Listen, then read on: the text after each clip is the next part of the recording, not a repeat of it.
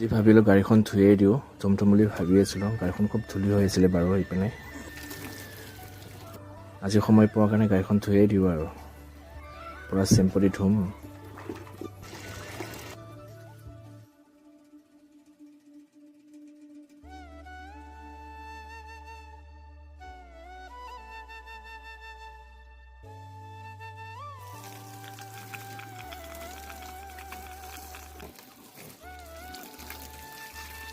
দাদা নিজৰ ৰুমত যাবলৈ ওলাইছিলে ভাইটিক ক'লোঁ যা জালজিৰা লৈ আহ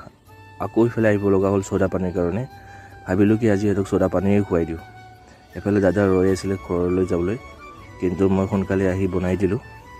পুদিনা নেবু আৰু জালজিৰা এইফালে চ'দা দিম আজি খাব লাগে আমাৰ শৰীৰৰ কাৰণে ভাল আজি চ'দা পানী খায়ে আজি ভিডিঅ'টো সামৰিলোঁ আৰু